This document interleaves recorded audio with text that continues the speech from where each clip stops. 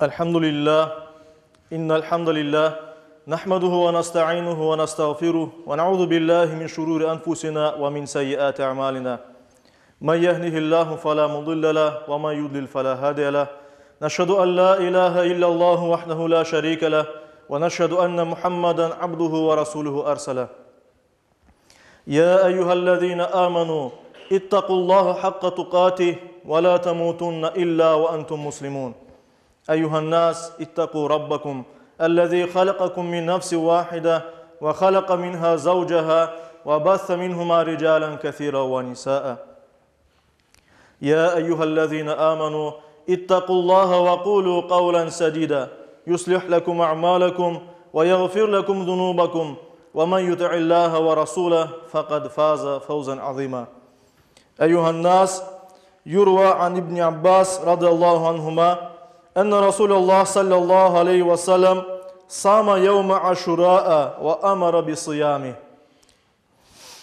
Saygılı cemaat-i Müslümin, saygılı muhterem Müslümanlar, yarın Ağustos'un 29. günü dinimizde Aşır ya da Aşura günü de belli olan bir gündür.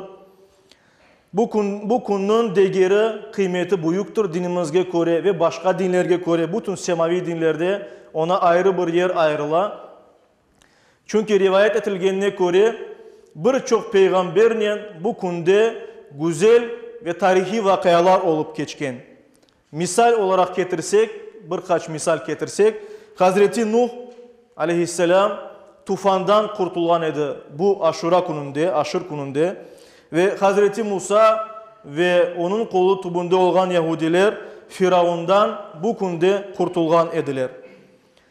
Yani bu ve başka peygamberlerin olup geçken vakayalarga esasen bütün Sami halklarda ve bütün semavi dinlerde, Hristiyanlıkta, Yahudilikte bu günge ayrı bir dikkat getire edilir elbet ve bu günde oraza tutaydılar. Mesela Yahudiler Aşura gününde ya da Aşır gününde Firavundan Mısır padişahının zulümünden kurtulganları münasebetinin oraza tutaydılar şükür etmek için. Ve ancak Yahudiler değil, İslam gelmeden evvel Araplar da bu günde oraza tutaydılar.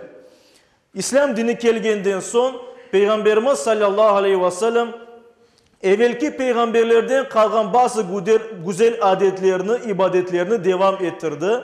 Şunun arasında hem hacılıkını göstermek mümkün ve şunun arasında elbette bu Aşura gününde tutulan orazanı da göstermek mümkündür. Kur'an-ı Kerim'de Yüce Rabbimiz Şura suresinin 13. ayet-i kerimesinde böyle buyurar. Allah Nuh peygamberge buyurgan şeylerini sizge de din olarak buyurdu. Sana ey Muhammed vahiy ettik. İbrahim'ge, Musa'ga ve İsa'ga da buyurgan edik. Dinge bağlı kalınız.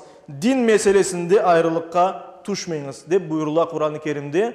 Ve bunda esas olan biz göremiz Nuh aleyhisselam vaktinde olan bazı ibadetler bizim dinimizde de var. Ve başka peygamberlerin sünneti olan yapılgan ibadetleri bizim dinimizde de bazıları aleda mevcuttur. Peygamberimiz sallallahu aleyhi ve sellem onu yerine getirgenidir. Hutbenin başında okuganın bir hadis-i şerifte rivayet edilir ki İbn Abbas'tan Allah ondan ve babasından razı olsun. İkisi de sahabeydi.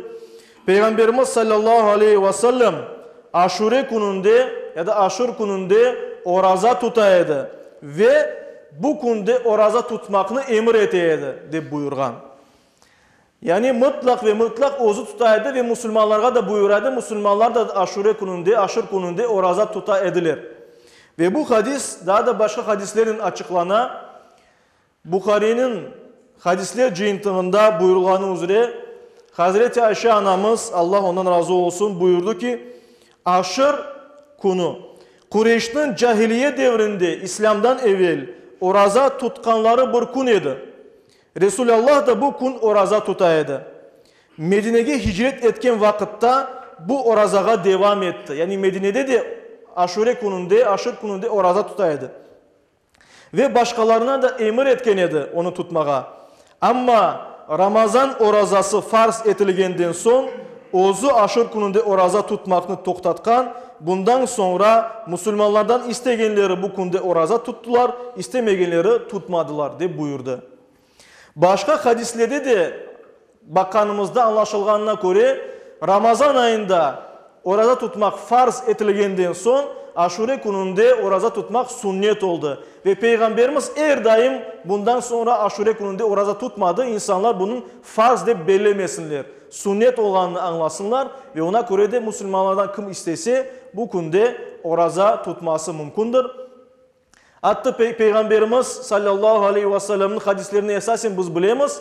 Peygamberimiz dey Ramazan ayından son en hayırlı, en çok sevap getirgen, en bereketli olan oraza Muharrem ayında tutulgan orazadır. Biz şimdi Muharrem ayındamız ve Aşure günü ya da Aşur günü Muharrem ayının 10. günüdür. Ona göre de en hayırlı orazanı tutmağa herkes hareket etmesi mümkün. Yarın inşallah kim bunun savabını kazanmağa istese.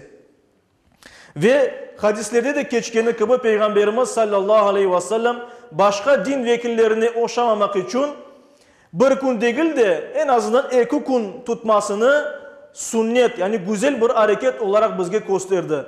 Peygamberimiz sallallahu aleyhi ve sellem bir gün evvel oraza tutkan edi ve Aşure gününde tutaydı oraza ya da Aşur gününde oraza tutup bir sonraki günde oraza tutaydı 2 gün olaydı ve bütün elbette bu İslam dünyası Müslümanlar buna bakıp bu sünnetini yaşamak için hareket ettiler ve biz de inşallah bu sevapını kazanmamız mümkündür. Aşur günü bundan da gayrı yani bu kadar peygamberlerin olup geçkin mucizeler, vakalarla beraber, hadiselerle beraber İslam dünyasını terinden sarskan bir facia olup geçti bu günde. Peygamberimiz sallallahu aleyhi ve sellem'nin torunu Hazreti Hüseyin, yani bizim tilimizde aytılgan kibin Hüseyin, Allah onun razı olsun. Öz korantasının Irak tarafına, Kerbela şehrine keleyatqanda, işte düşmanları tarafından onların kervanları basıldı ve anda hem Hazreti Hüseyin hem de onun korantasından, yakılarından olan birçok insan şehit düşürülgen idi.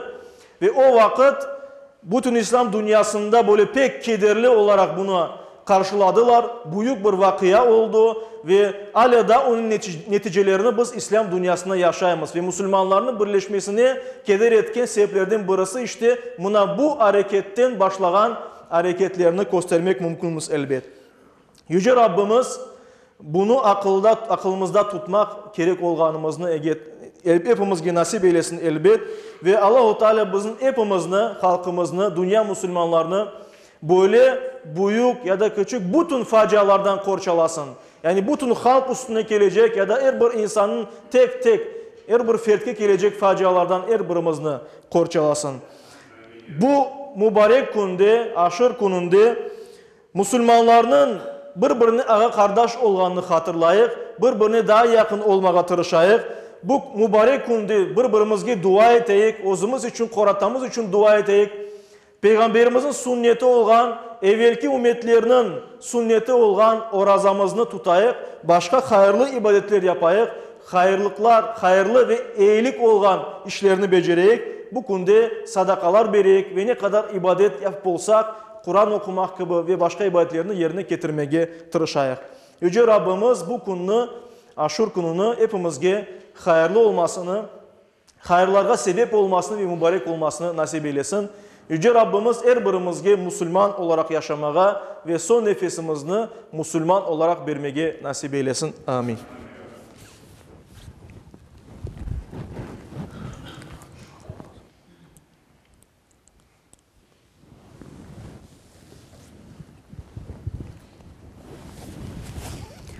Elhamdülillah ve salatu ve selamu ala Resulillah ve usikum ve nefsel asayete bi takvallah.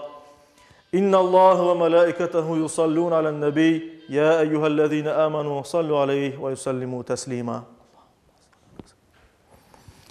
وارض اللهم عن خلفاء الأربعة أبي بكر وعمر وعثمان وعلي وعن سائر الآل والصحابة والتابعين ومن تبعهم بإحسان إلى يوم الدين وعنا معهم بعفوك وكرمك يا أكرم الأكرمين ويا أرحم الراحمين. اللهم أعز الإسلام والمسلمين. اللهم أعز الإسلام والمسلمين. اللهم أعز الإسلام والمسلمين واحم حوزة الدين ودمر أعداء الدين وألف بين قلوب المسلمين ووحد صفوفهم واجمع كلمتهم على الحق يا رب العالمين وانصر دينك وكتابك وسنة نبيك محمد صلى الله عليه وسلم وآله أجمعين. عباد الله، إن الله يأمر بالعدل والإحسان وإيتاء ذي القربى وينهى عن الفحشاء والمنكر والبغي يعظكم لعلكم تذكرون. صدق الله العظيم.